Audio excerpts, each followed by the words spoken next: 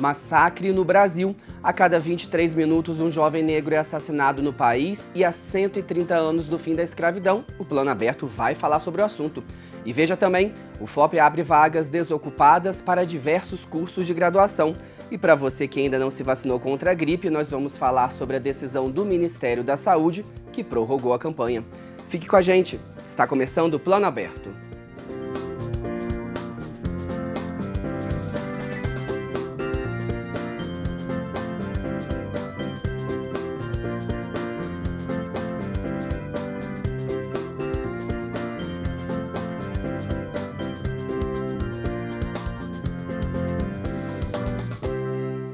Olá, 13 de maio de 1988.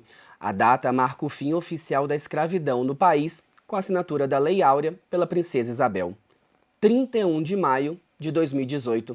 A cada 23 minutos, um jovem negro é assassinado no Brasil. São 63 mortes por dia, ou seja, 23 mil vidas negras perdidas pela violência por ano. E esses dados provavelmente já estão desatualizados. Eles são da campanha Vidas Negras, lançada pelas Nações Unidas aqui no país em novembro do ano passado. A abolição da escravidão aconteceu há 130 anos, mas diante desses números, será que podemos dizer que ela realmente acabou?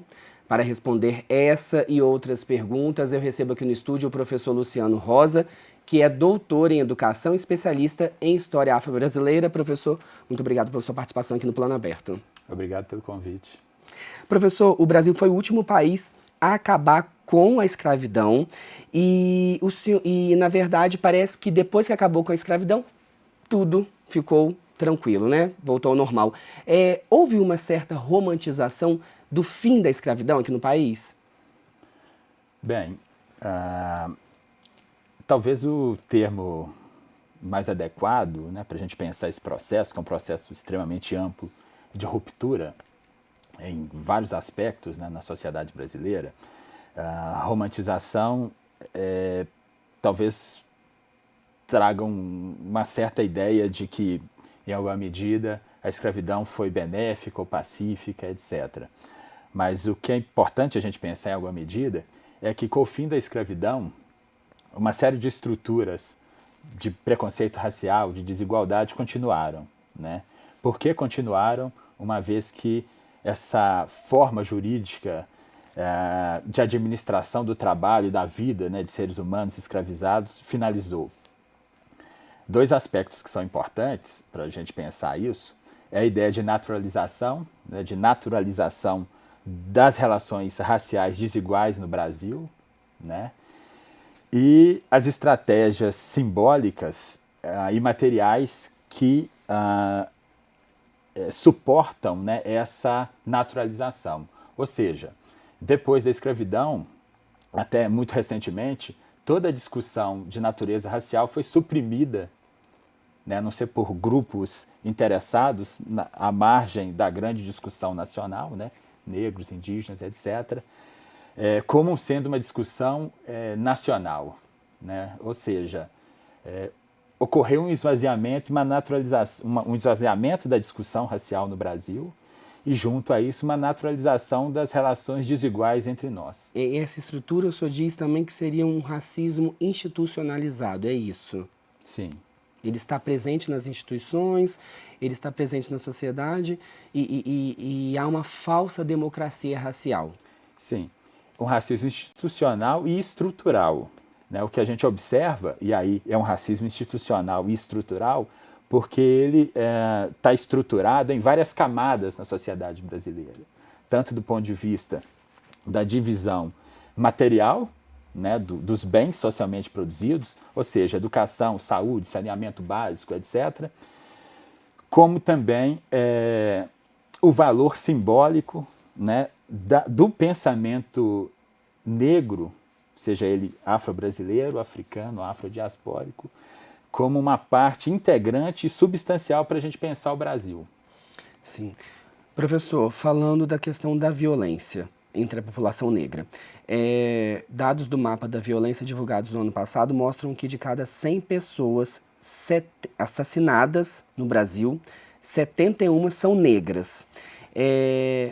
São jovens, negros, jovens, moradores de periferia. O senhor acha que há uma certa construção histórica de que o negro ele é um potencial criminoso, é isso? Porque tanto jovem negro morador de periferia morre aqui no país. É uma construção histórica, sem dúvida nenhuma, e de difícil desconstrução, né, no meu entendimento, mas de desconstrução necessária. Mas a gente pode pensar, por exemplo, como que desde antes da abolição, né, com a ideia do haitianismo, que seria o risco de que no Brasil ainda escravocrata ocorresse uma série de rebeliões negras, tal como ocorreu no Haiti, que levou esse país, né, à sua independência, vai sendo criado gradativamente através disso, depois no pós-abolição, por meio de legislações a respeito da criminalização da, entre aspas, vadiagem, um substrato cultural que ancora a ideia de que o negro é automaticamente, historicamente construído como um sujeito em suspensão, em atitude suspeita sempre. Há sempre uma desconfiança em relação ao negro. É isso. Socialmente construída. Socialmente sim, construído, claro. Sim. Sim. E, professor, o que faltou ser feito, então, com o fim da escravidão? E o que falta ser feito hoje para mudar essa realidade? A curto prazo, a continuidade da política de cotas e a revisão, no sentido da revisão dessa política, no sentido de ampliação da mesma, eu acho que é uma questão emergencial.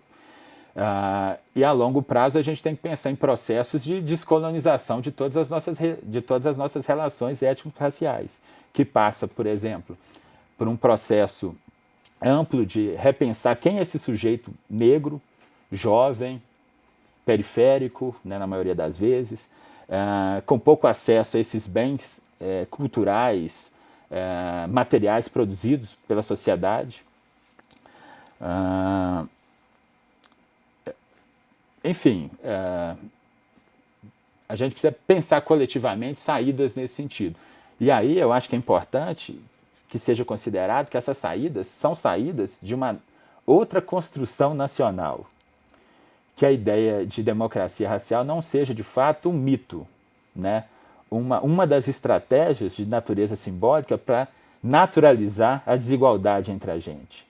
Porque as relações étnico-raciais desiguais, o problema do racismo, não se limita à população negra, né? Essa é uma discussão fundamental para a gente repensar, né, depois desses 130 anos, quais os caminhos que a gente quer construir, percorrer agora para frente. Sim, 130 anos depois do fim da escravidão, é uma realidade isso, são números ainda assustadores e que expõem uma realidade que muitas pessoas preferem esconder, né, professor? Mas eu agradeço pela sua participação aqui no Plano Aberto, por essa aula aqui no Plano Aberto. Eu agradeço pela oportunidade de falar, né, desse tema tão importante, né, seja na área que eu atuo, na militância política, e, como eu disse, né, como um dos temas importantes da agenda brasileira para o século XXI. Obrigado, professor.